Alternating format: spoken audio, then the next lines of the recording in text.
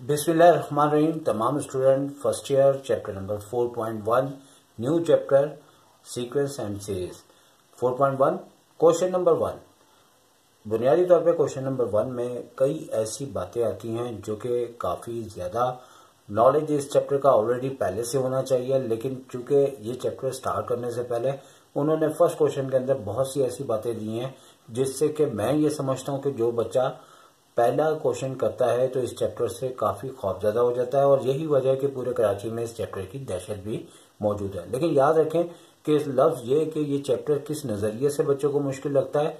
याद रखें chapter lengthy है, बहुत से क्वेश्चन बहुत सी टाइप्स है। अगर आप डेली बेसिस पे काम करें तो ये चैप्टर आपको काफी ज्यादा आसान लगेगा। तो स्टार्ट करते हैं। 4.1 का फर्स्ट क्वेश्चन है, जैसे कि लिखा हुआ है, find the first 5 term of sequence. अब यहाँ पे हमें बहुत से ऐसे आपको जनरल टर्म्स दी हुई हैं, जैसे कि बताया भी है कि जिसके अंदर आपने एन की जो है वो 5 टाइम वैल्यूज रखनी है, एन 1 2 3 4 5, और उससे आपके पास जो है स्टार्टिंग की पहली दूसरी तीसरी चौथी और पांचवी टर्म हासिल हो जाएगी। जैसे यही हमने काम किया। ए एन आपकी जनरल टर्म का फॉर्मूला है, पहले ये टी एन होता था, अब इन्होंने ए एन कर दिया है। तो यहाँ पे पुट करना है एन को 1, तो आपको वैल्यू रखने के बाद आपका जो है वो फर्स्ट टर्म आ जाएगी। इसी तरह आपने आगे जाके जो है इसको एन को 2 रखना है और आपकी सेकंड टर्म आ जाएगी। आप देख सकते हैं बुनियादी तौर पे ये क्वेश्चन मैं सॉल्व कर लेता हूँ या ताकि आप लोगों का टाइम सेव हो जाए, और जाहिर सी बात है राइटिंग का प्रॉब्लम ये चीज़। और मैं अक्सर ये समझता हूँ कि हमारे बहुत से ऐसे पाकिस्तान के सिटीज़ हैं जहाँ के नोट्स की बदौलत भी मैथ पढ़ाया जाता है, जो कि मैं खुद समझता हूँ कि अगर हमारा 9-10 महीने में कोर्स खत्म होता है तो अगर हम इस टेक्निक से पढ़ें कि हमारे पास मैथ्स के नोट्स हों, सिर्फ कॉन्सेप्ट्स आपको दे दिया जाए, तो आप यकीनी तौर पे बहुत जल्दी जो है वो अपना कोर्स कंप्लीट कर सकते हैं। लेकिन बहरहाल अगर टीचर क्वेश्चन भी सॉल्व कर रहा है, एक्सप्लेन भी कर रहा है, तो बहुत ज़्यादा टाइम लगेगा, और थोड़ा सा अगर ऑलरेडी नोट्स तैयार कर लिए जाए तो बहुत बेहतर रहता है। तो जो हमारा क्वेश्चन चल रहा था, बीच में आपसे बात हो गई जो कि स्टार्टिंग में करनी थी, तो हमने फिर इस तरह से जैसे कि बताया कि हमने यहाँ पे आपको एन 3 भी रखना है, तो 3 रखने के बाद आपकी थर्ड टर्म आ गई। अब हाँ अगर देखें तो हमने एन को 4 रख दिया। 4 रखने के बाद जैसे हमने वैल्यू रखी है 4 को 2 से मल्टीप्लाई किया तो 8/3 है, और जो भी आए हमारे लिए वो तस्लीम करना होगा। इसी तरह हमने ये 5 की 5 टर्म्स निकाल दी इनको 5 रख के।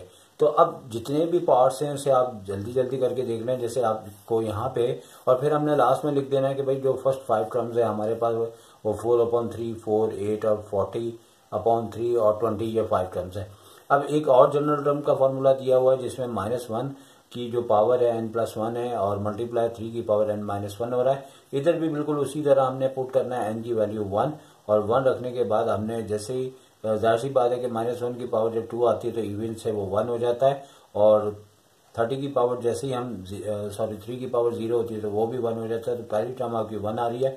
फिर हमने n को 2 रखा है, और 2 रखने के बाद हमने जो है उसी के मुताबिक चूंकि जहां -1 की पावर ऑड होगी -1 आ जाएगा, 3 को -1 से मल्टीप्लाई किया तो -3 है। तो लिहाजा ये क्वेश्चन इतने ज़्यादा इंपॉर्टेंस नहीं है, और यही वजह है कि यहाँ पे जो है वो सिर्फ एज सिलेबस या एक्सरसाइज को कंप्लीट करने के लिए या अपने जहन को मुतमईन करने के लिए इन क्वेश्चंस को किया जाता है। लेकिन बहरहाल एमसीक्यूज में भी इस तरह के क्वेश्चंस आ जाते हैं। तो इसी तरह से आप देख सकते हैं आपके सामने, आप स्टिल करें, अपनी वीडियो को रोकें, स्क्रीनशॉट लें, जैसे भी है। तो ये मैंने कोशिश की है कि सारे क्वेश्चन आपको समझा दूं, ताकि आपको एक ये जो गिला शिकवा होता है कि मैं कई क्वेश्चन बीच में आपको दे देता हूँ, वो इस दफ़ा आपको चैप्टर 4 में ना दे सकूँ। तो इसके बाद नंबर 3 पार्ट है, आपके सामने ये आ रहा है, यकीनी तौर पे नजर आ रहा होगा। यहाँ पे भी अब मैं इसी तरह से बात करूंगा कि सबसे पहले हमने लेट करना है ए एन, और उसके बाद एन को 1 रखा, और आप देख सकते हैं कि 1 रखने के बाद इस पूरी जनरल टर्म के अंदर इसका आंसर हमारे पास 1 आ रहा है। फिर एन को 2 रखना है, और 2 रखते हुए जैसे 2 + 1 3 है, तो 3 का स्क्वायर आपको पता है कि 9 होता है, और 9 आने के बाद आपकी सेकेंड टर्म टोटली आपकी 9 हो गई, चूंकि 2 का स्क्वायर 4 से 4 कैंसिल हो चुका है। हमने थर्ड टर्म भी इसी तरह से मालूम की, और करते हुए फिर 4 टर्म्स की भी वैल्यू रखनी है, और फिर 5 टर्म्स के लिए इनको 5 रखना है। और देख सकते हैं कि आपने जैसे ही रखा तो 5 का स्क्वायर 25, 5 + 1 यानी कि 6 का स्क्वायर आपको पता 36 है। फिर जो कटिंग होने के बाद आंसर फाइनली आया। तो इस तरीके से हमारी 5 टर्म आ चुकी हैं, जो कि ना के एपी है, जीपी है, एचपी है। लेकिन आप सोच रहे होंगे ये क्या चीज़ है, चूंकि इस चैप्टर के स्टार्टिंग में 4.1 में बुनियादी तौर पे हमारे पास 3 किस्म के सीक्वेंस होते हैं, सीरीज होती है और वो एपी, जीपी, एचपी होती है। तो इसी लिहाज से यहाँ पे ये सिर्फ एक जनरल टर्म है जिसके अंदर ना तो एपी है, ना जीपी है, ना एचपी है। वो आगे वाली एक्सरसाइज में आपको मैं तफसील से समझाऊंगा। और पार्ट नंबर 4 हमारे सामने आ चुका है, तो वहां पे भी हमने एन की वैल्यू को 1 रखते हुए आगे पूरा सॉल्व किया। फर्स्ट टर्म आ गई हमारे पास, सेकंड टर्म आ गई, फिर एन को 3 रखा तो हमारे पास थर्ड टर्म आ गई, फिर 4 रखा तो 4 टर्म आ गई, 5 रखने पे 5 टर्म आ गई। और इस तरीके से हमारे पास जो है वो आपकी 5 टर्म स्टार्टिंग की सारी आ चुकी हुई हैं। और याद रहे कि हमारे पास ये 5 टर्म आ चुकी हैं। और उसके बाद फर्दर हमें पार्ट नंबर 5 है, और पार्ट नंबर 5 में हमारे पास एक मजीद फार्मूला दिया जिसे हम लेट कर लेंगे। फिर एन को 1 रखेंगे तो यहाँ पे और इस जगह पे एन को 1 कर दिया जाएगा, और करने के बाद फर्स्ट टर्म आ जाएगी। फिर पुट किया है एन को 2 तो हमारे पास सेकंड टर्म आ चुकी है। तो सेकंड टर्म जैसे ही आई तो फॉर्मूले के मुताबिक हमने फाइंड आउट किया तो वो 4 आ रहा है। और इसी तरह जो थर्ड टर्म फाइंड आउट कर रहे हैं तो हर जगह एन को 3 रखने के बाद आपकी 10 टर्म आ रही है।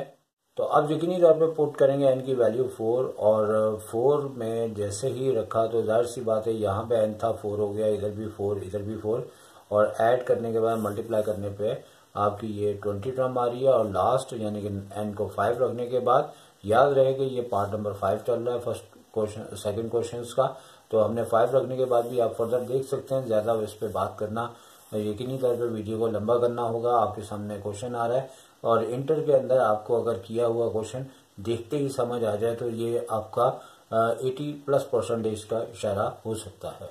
और देखते ही अगर समझ में नहीं आ रहा तो ये आपके लिए नंबर काफी ज्यादा मसला क्रिएट हो सकता है, क्योंकि आपको मैट्रिक के बाद इतनी आपके अंदर सलाहियत होनी चाहिए कि आपको एक आसान सा क्वेश्चन अगर सॉल्व भी कर दिया जाए तो आप देखते ही उसको फॉलो कर सके। जैसे कि स्टार्टिंग में कहा, अब नंबर 6 में भी सारे क्वेश्चन तकरीबन एक जैसे हैं। यहाँ पे एन आपको 3 जगह नजर आ रहा है, पहले 1 रखना है तो 1 रखने के बाद आपके पास 3 आंसर आ रहा है पहली टर्म।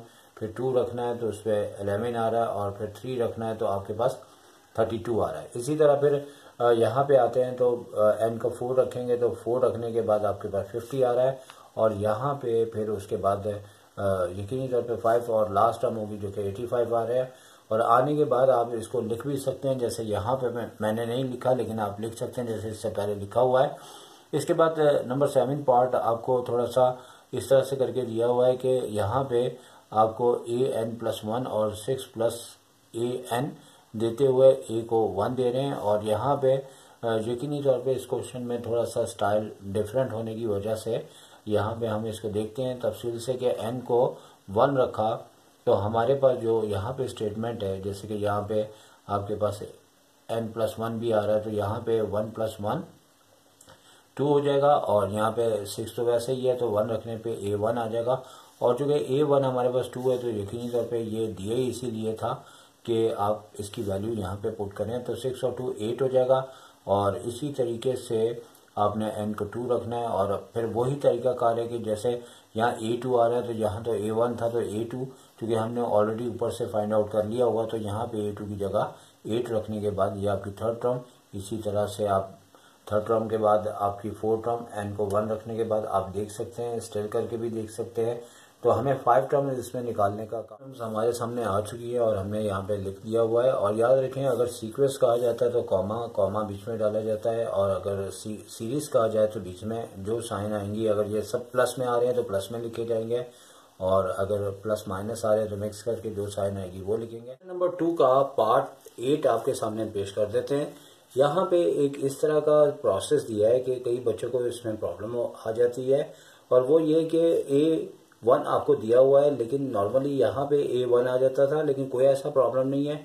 आपने n को 1 रखना है तो यहाँ पे A1 आ रहा है तो यहाँ पे चूंकि n है तो 1/2 हो गया, और यहाँ पे 1+1 यानी कि 2 हो जाएगा।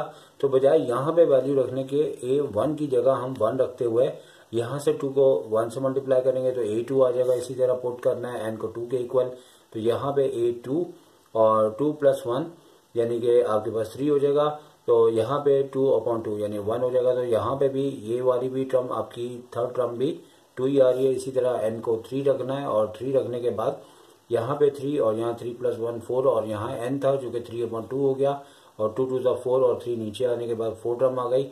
और इसके बाद नॉर्मली चूँकि हमें फर्स्ट टर्म उन्होंने डायरेक्ट दे दी हुई है, इसलिए हमें यहाँ 4 टाइम आपको वैल्यूज़ को रखना है। जैसे n को 4 रखा तो यहाँ पे A4 और A4 की जगह वही टर्म आ जाएगी जो ऊपर दी हुई है और इसके बाद आपकी ये फिफ्थ टर्म भी आ गई और फिर हमने सारे यहाँ पे टर्म्स को एक्सप्लेन करके लिख दिया जो भी हमारे पास आंसर आया। इसके बाद ये थर्ड क्वेश्चन स्टार्ट होता है और थर्ड क्वेश्चन भी कुछ इसी टाइप का है कि यहाँ पे उन्होंने सीक्वेंस दिया और इससे कहा है कि यूज़ करें और यूज़ करते हुए आप इसकी भी वही प्रोसेस वही तरीका है कि आपको शुरू की मतलब क्वेश्चन नंबर ये 3 है लेकिन आपको यहाँ पे भी 4 टर्म्स को एक्सपेंड करना है, मालूम करना है।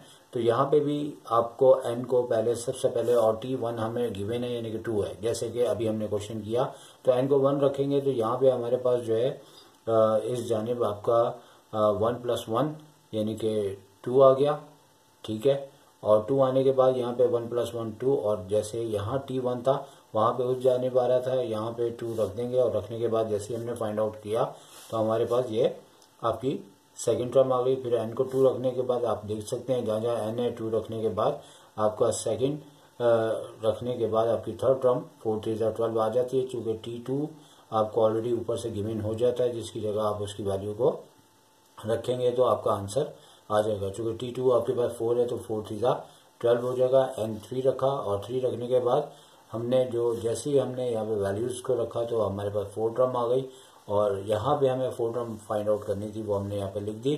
तो तमाम स्टूडेंट को साथ साथ बताता चलूँ कि जो क्वेश्चन इंपॉर्टेंट होंगे उसमें मेरी समझाने का सिलसिला ऐसा होगा कि उसको मैं डिटेल से बात करूँगा, लेकिन ये तमाम क्वेश्चन आप इस नज़रिए से देख सकते हैं कि अगर आप काम अपना कंप्लीट करना चाह रहे हैं और आपका कोई क्वेश्चन कंप्लीट या प्रॉब्लम कर रहा है तो आपको सारे के सारे क्वेश्चन आपको ऑन रिकॉर्ड मिल रहे हैं ताकि आप अपने आंसर को टैली कर सकें। तो यहाँ पे चूँकि बहुत ज़्यादा क्वेश्चंस हैं और उसी लिहाज से उनको एक्सप्लेन किया जा सकता है कि उसको टाइम भी सेव हो और थोड़ा सा इतना बोला जाए जिससे कि समझने वाला समझ जाए। अब क्वेश्चन नंबर 4 है तो इसमें कहता है find the value of n term of triangular sequence when n 7 9 12 and 16। अब यहाँ पे एक आपको जो है n की n टर्म मालूम करनी है और आपको एक ट्रायंगुलर सीक्वेंस दिया हुआ है और यहाँ पे 7 9 12 एंड 16 करके दिया हुआ है तो हमने इसकी n टर्म फाइंड आउट करनी है। तो यूजिंग द फार्मूला जो हमें दिया हुआ है उसी में हमने सबसे पहले यहाँ पे n को 7 रखा और 7 रखने के बाद जैसे हमने रखा तो हमारे पास जैसे ही 7 प्लस 1 8 हुआ, 2 से कट होने के बाद आपके पास 4 है तो 7 4 से 28 हो गया।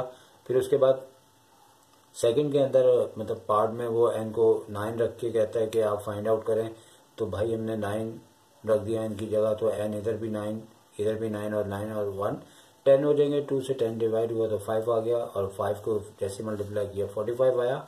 तो थर्ड पार्ट में अब वो 12 का जा रहा है सिलसिला तो हमने इसी तरह से इसको भी फाइंड आउट कर दिया। फिर 16 की वैल्यू का उसे भी हमने फाइंड आउट कर दिया और जैसे ही हमने इसे फाइंड आउट किया है तो हमारे पास जो वैल्यूज़ आई है वो यहाँ आप देख सकते हैं कि 136 है। फिर अच्छा करके अगर आंसर देना है तो हम रिजल्ट करके लिख सकते हैं कि हमारे पास n टर्म का जो भी ट्रायंगुलर सीक्वेंस दिया हुआ था उसके मुताबिक जो आंसर्स आए हमने वो लिख के यहाँ पे दे दिए। तो क्वेश्चन नंबर 5 ये है कि find the first 5 terms of the sequence with the general term. आपको an यानी कि यहाँ पे आपको n+1 ये फैक्टोरियल का निशान है और अपॉन में 2 फैक्टोरियल है। वैसे तो टेक्स्ट बुक में रूल होता है कि फैक्टोरियल का इस्तेमाल तब होता है जब उसका कॉन्सेप्ट पहले बता दिया जाए, लेकिन चूँकि इसका कॉन्सेप्ट जो है वो चैप्टर नंबर 6 और 7 में है, लेकिन बहरहाल टेक्स्ट बुक में ऐसा होता नहीं है कि कोई ऐसी चीज़ बता दी जाए, लेकिन बाद जगह मजबूरी भी होती है। अब फैक्टोरियल का सिलसिला ये है कि ये कैलकुलेटर के अंदर फंक्शन दिया जाता है और उसी के मुताबिक इसे सॉल्व करते हैं। तो जनरल टर्म हमने यहाँ पे ली है तो इसमें भी हमें जैसे कि फर्स्ट 5 टर्म मालूम करनी है तो सबसे पहले हमने यहाँ पे n को 1 रखा है तो अब यहाँ पे 1+1 यानी कि 1 होने के बाद 1+1 यानी कि 2 फैक्टोरियल आ गया। अच्छा 2 फैक्टोरियल है तो नीचे भी 2 फैक्टोरियल है। तो अब फैक्टोरियल क्या होता है, कैसे फाइंड आउट किया जाता है, तो हमारे कैलकुलेटर के अंदर एक फैक्टोरियल का फंक्शन दिया जाता है। अगर 2 फैक्टोरियल है तो 2 लिखने के बाद हम कैलकुलेटर में फैक्टोरियल को प्रेस करते हैं तो उसका आंसर आ जाता है। लेकिन यहाँ पे चूंकि ऐसी बात नहीं है, 2 फैक्टोरियल ऊपर नीचे सेम है, कटने के बाद 1 आ गया। इसके बाद पुट करेंगे n को 2 के बराबर और 2 के बाद यहाँ पे 2+1 3 फैक्टोरियल आ गया, नीचे 2 फैक्टोरियल है। कि जब भी हमें फैक्टोरियल में दिया होता है, जैसे अगर 3 फैक्टोरियल दिया हुआ है तो इसका मीनिंग है, अगर आप विदाउट कैलकुलेटर करना चाहें तो इसका मतलब है कि 3 को 1 तक मल्टीप्लाई कर दो तो ये 3 का फैक्टोरियल कहलाता है। इसी तरह अगर 2 का फैक्टोरियल है तो इसका मतलब है कि 2 को 1 से मल्टीप्लाई कर दो। और अगर फर्ज करें यहाँ पे 7 फैक्टोरियल हो तो इसका मतलब है 7 × 6 × 5 × 4 × 3 × 2 × 1 तक मल्टीप्लाई करेंगे। लेकिन अगर बहुत ज़्यादा नंबर आते हैं तो यकीनन टाइम लगता है, तो हमारे कैलकुलेटर के अंदर वो आपको इंशाल्लाह हम नेक्स्ट क्लास में आपको बताएंगे कि किस तरह से निकलता है, मालूम करते हैं। तो यहाँ पे 2 और 1 जो है कैंसिल होने के बाद 3 आंसर आ गया। अब यहाँ पे 4 फैक्टोरियल आ जाएगा। 4 फैक्टोरियल को भी देखिए मैंने उसी तरीके से सॉल्व किया, नीचे भी 2 1 सा लिखा तो इन दोनों को कट करने के बाद 12 आ गया। 4 रखने पे 5 फैक्टोरियल आया, जैसे मैंने ऊपर एक्सप्लेन किया। 1 तक मैं इसको ले गया और नीचे 2 फैक्टोरियल, तो हर बार 2 × 1 है। तो कैंसिल होने के बाद 60 आया, फिर 5 है तो 6 फैक्टोरियल भी उसी तरह से आगे प्रोसेस चलाएगा और नीचे 2 का फैक्टोरियल 2 1 2। तो कैंसिल होने के बाद 360 इसका आंसर आ चुका है। अब रिजल्ट हमारे पास क्या आया कि फर्स्ट 5 टर्म का जो सीक्वेंस फाइंड किया तो 1, 3, 12, 60 और 360 आ गया। इसी तरह क्वेश्चन नंबर 6 है, यहाँ पे हमारे पास एक पास्कल सीक्वेंस दिया हुआ है और इसमें आपको n को 5, 6, 7 और 8 लेने का कहा गया है। और पास्कल जो रूल है उसको आपको याद भी रखना चाहिए, जो कि MCQs में भी आ सकता है। तो बाय यूजिंग द फॉर्मूला है हमारे पास n factorial upon r factorial n minus r factorial. और ये जो फैक्टोरियल है ये बुनियादी तौर पे आपको चैप्टर नंबर 6 और 7 के अंदर ये इस तरह की बातें मिलेंगी बहुत ज़्यादा। लेकिन यहाँ पे हमें अब करना क्या है कि एक बार जैसे कि उन्होंने 5 बोला है तो 5 रखते हुए 5 फैक्टोरियल, और यहाँ पे r है तो r हमारे पास जो है वो इस सूरत में सबसे पहले जब हम नंबर 1 लेते हैं, स्टार्टिंग करते हैं, तो r को हमें 0 रखना पड़ता है। यानी कि पास्कल रूल का मतलब है कि n तो वही रहेगा जो कि आपको दिया जा रहा है, लेकिन स्टार्टिंग के अंदर जो पहली आपकी टर्म होगी वहाँ पे आपने 0 फैक्टोरियल r को 0 लेना है और 0 फैक्टोरियल 5। आप जैसे n माइनस r है तो 5 माइनस 0 करेंगे तो 5 फैक्टोरियल आ जाएगा। पूरा कैंसिल होने के बाद 1 हो गया। और 0 का फैक्टोरियल याद रखें, कैलकुलेटर से भी पूछेंगे। तो आपने करना क्या है कि 0 के बाद आपके पास फैक्टोरियल का एक इंडिकेशन हो रही होगी, जिसे बाज कैलकुलेटर में शिफ्ट को प्रेस करके दबाना होता है। अगर वो बटन के ऊपर लिखा है तो डायरेक्ट होगा, बटन के नीचे लिखा है तो चूंकि अब उसके बाद नेक्स्ट में R1 होगा तो बाकी n तो हर जगह 5 होगा। तो 1 रखने के बाद आप देख सकते हैं कि यहाँ पे भी 1 आना, चूंकि R1 है। अगर हम फर्स्ट टाइम निकाल रहे हैं तो R0 रखेंगे सेकेंड टाइम, और n हमें जिस तरह भी दे रहे हैं उसकी उस लिहाज से हमारे पास जो है वो, चूँकि यहाँ पे जैसे कि उन्होंने कहा हुआ है कि आप 5 रखें, 6 रखें, 7 रखें, 8 रखें और जो है इसके मुताबिक आप निकाल के दिखाएं हमारे पास। तो हमने जो है ना n को 5 रखने के बाद 1 से दिखाया, 2 से दिखाया, 3 से दिखाया, और आप इसे स्टिल करके स्क्रीनशॉट लेके भी देख सकते हैं। मकसद आपके ऑन रिकॉर्ड ये काम आ जाए। फाइंड आउट किया, फिर उसके बाद n को 5 रखने से पास्कल सीक्वेंस की, चूँकि हमें कम से कम 5 टर्म्स जो कहा जाए या उसके मुताबिक हमें निकालनी चाहिए, और बुक में भी आंसर देखते हुए उसके मुताबिक कुछ फैसले करने पड़ते हैं। अब अगर मैं यहाँ पे ये कहूँ कि n अगर 6 है तो बिल्कुल वही तरीका कार है कि 0 से स्टार्ट करते हुए आप 6 नंबर तक अगर आप जा रहे हैं तो आप यहाँ पे स्क्रीनशॉट ले लें और उसे फुर्सत से देखें। और जाहिर सी बात है कि मैं ज़्यादा देर अगर वीडियोस को यहाँ पे वैसे ही खामोश हो जाऊँ तो आपका बहुत ज़्यादा टाइम होगा। तो बेहतर है कि आप इसे स्टिल करें, स्क्रीनशॉट लें और इसको बेहतर तरीके से समझें। बहुत लेंथी क्वेश्चन है। इसके बाद पार्ट 3 भी आ रहा है जिसे आप देख सकते हैं, और पार्ट 3 को भी हम जैसे आगे बढ़ाते हैं तो इसका भी आप स्क्रीनशॉट ले लें। बताने की कोई ज़रूरत नहीं है। फॉर्मूले में जहाँ पे n 7 बोला गया 7 रखना है, फिर यहाँ पे r को 0 लेते हुए, फिर 1 लेते हुए, फिर उसके बाद 2 लेते हुए आपको ये नंबर दिखाने हैं। तो यकीनी तौर पे एक लेंथी क्वेश्चन है, यही वजह है कि काफ़ी ज़्यादा मेहनत करने के बाद इन क्वेश्चंस को सॉल्व करने के बाद आपके सामने आते हैं ताकि वीडियो कम टाइम के बने और आपका मकसद हल हो जाए। यकीनी तौर पे यूट्यूब पे वही बच्चे आते हैं जिन्हें पढ़ना हो और पढ़ना चाहते हों, तो वो इस तरीके से भी बड़ा अच्छा पढ़ सकते हैं और ये बहुत ही अच्छा तरीका है शॉर्ट टाइम के लिहाज से। तो इसके बाद 4.2 को तो हम नेक्स्ट टाइम मैं आपको एक्सप्लेन करूंगा, लेकिन यहाँ पे आपका ये एक क्वेश्चन मुकम्मल है जिसमें कि हर नंबर के लिहाज से मैंने पास्कल सीक्वेंस के लिहाज से फाइंड आउट किया है और इंशाल्लाह उम्मीद है कि आपको ये तरीकाकार अच्छा लगा होगा। इस सिलसिले में अगर आप कोई एडवाइस देना चाहें तो आप दे सकते हैं, लेकिन ये भी बात मैं आपको बताता चलूँ कि यहाँ पे मैंने कुछ इस तरह से बोला है, चूँकि क्वेश्चन ज़्यादा थे और कोई इतने मुश्किल नहीं थे कि ताकि आप आसानी से समझ सकते हैं, लेकिन आगे आने वाली तमाम वीडियोस के अंदर जो क्वेश्चन जितना इंपॉर्टेंट होगा उसको उतना डिटेल से आपको समझाएंगे। इसी के साथ आपसे इजाज़त चाहूँगा। टेक केयर, अल्लाह हाफ़िज़।